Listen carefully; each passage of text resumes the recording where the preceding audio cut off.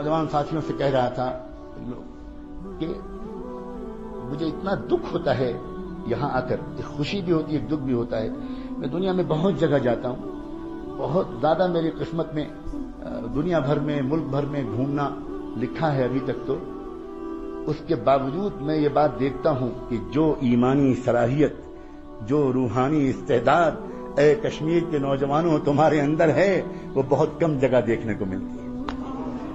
لیکن نوجوانوں، تم اپنے کو نہیں پہچان پا رہے، تم اپنے کو نہیں پہچان پا رہے. دنیا تمہارے پوٹینشیل کو پہچانتی ہے، اسی وجہ سے تم پر بہت زیادہ محنت کرتی ہے، تم پر للچائی ہوئی نگاہ ڈالتی ہے. دنیا جانتی ہے اس بات کو کہ اگر یہاں کے نوجوانوں نے اپنے کو پہچان لیا تو ہزاروں کلومیٹر دور تک یہ انقلاب لے آئیں گے. دنیا جانتی ہے تمہارے عشق کے جذبات کو، دنیا جانتی ہے تمہارے نسب کو، دنیا جانتی ہے تمہارے روحانی شجرے کو، دنیا جانتی ہے تمہارے آباء و اجداد کو، دنیا جانتی ہے امیر کبیر شیخ ہمدانی کو، دنیا جانتی ہے سید بلبل شاہ کو، دنیا جانتی ہے سلطان العارفین کو، دنیا جانتی ہے ان کی روحانی میراث کو. اور یہاں کی مٹی میں ان کے فیوض و برکات آج بھی موجود ہیں. آپ سمجھتے ہو میں تم کو دین سکھانے آتا ہوں؟ اس غلط فہمی سے نکل جاؤ. میں یہاں کی وادی سے گزر کر اپنے ایمان کو تازہ کرنے آتا ہوں.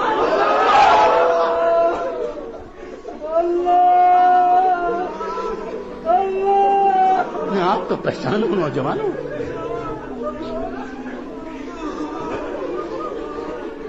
میں تم سے یہ کہوں کہ تم لڑکیوں سے باتیں مت کرو، میں تم سے یہ کہوں کہ تمہاری گرل فرینڈز نہیں ہونی چاہیے، میں تم سے یہ کہوں کہ موبائل سے تم ناجائز باتیں مت کرو، میں تم سے یہ کہوں کہ انٹرنیٹ پر ننگی تصویروں کو مت دیکھا کرو.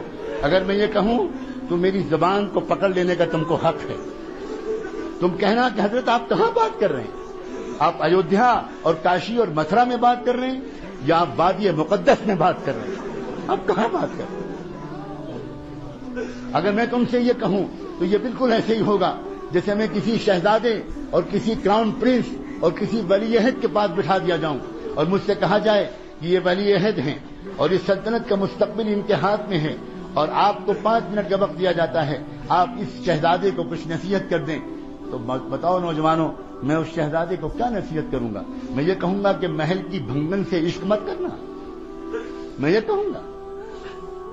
وہ نہیں، اس شہزادے سے میں یہ کہوں گا کہ شہزادے معظم انصاف کے ساتھ اپنی حکومت چلائیے گا، غریبوں کے ساتھ ذرا اچھا سلوک کیجیے گا. بہت دن ہو گئے آپ کے علاقے کے غریبوں کو کوئی محبت بھرا رہنما نہیں ملا. میں اس سے یہ کہوں گا. اسی طرح میں تم شہزادوں سے، تم نوجوانوں سے یہ نہیں کہنے آیا ہوں کہ تم گندی فلمیں مت دیکھا کرو. میں یہ نہیں کہنے آیا ہوں کہ تم اپنی جوانی کو بے داغ رکھنا. میں تم سے یہ کہنے آیا ہوں اس ڈوبتی ہوئی انسانیت کو تمہارے سوا کون بچانے والا ہے؟ تم نے کلمہ پڑھا ہے محمد الرسول اللہ، تمہارے لیے تڑپے تھے محمد الرسول اللہ، تمہارے لیے انہوں نے اپنے پیٹوں پر پتھر باندھے تھے، تمہارے لیے ان کے نواسے بھوکے رہے تھے، تمہارے لیے ان کے گھر میں 2 مہینے چولہا نہیں جلتا تھا.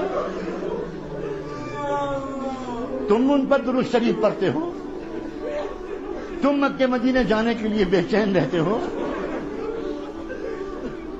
تم اور فلمیں، تم اور میوزک،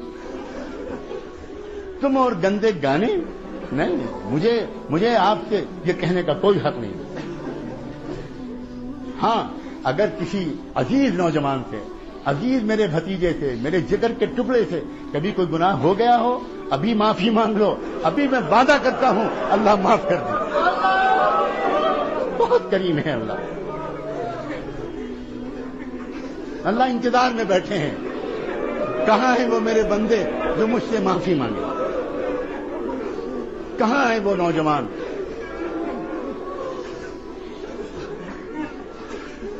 بہت کریم ہے اللہ، بہت رحیم ہے اللہ.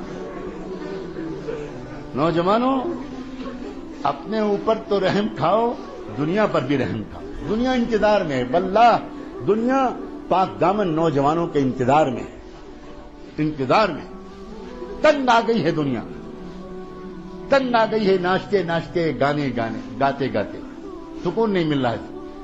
یہ کبھی اس نے شروعات کی تو اس نے اسموکنگ سے شروعات کی کہ چلو سگریٹ پیئیں گے کچھ دیر کے لیے سکون ملے گا, اس سے بھی نہیں ملا. تو اس نے سگار نکالا, چلو سگار پیئیں گے وہ ذرا دیر تک چلے گا, اس سے سکون ملے گا, اس سے بھی کام نہیں چلا. چلو پھر کچھ شراب پیئیں گے, کچھ ڈرنکنگ کریں گے, تھوڑی دیر کے لیے سکون ملے گا, وہ بھی خوب پی کے دیکھ لی, اس سے بھی سکون نہیں ملا. اس نے پھر ڈرگس کا تجربہ کیا کہ لاؤ ڈرگس کی طرف جائیں شاید اس سے کچھ سکون ملے. لیکن سکون ان چیزوں میں نہیں ہے نوجوانوں. سکون تو تقوی میں ہے, سکون تو پاک دامنی میں ہے, سکون گناہ کرنے میں نہیں ہے, سکون گناہوں سے اپنے کو روک لینے. عجیب بات ہے یہ ذرا سی بات اگر سمجھ میں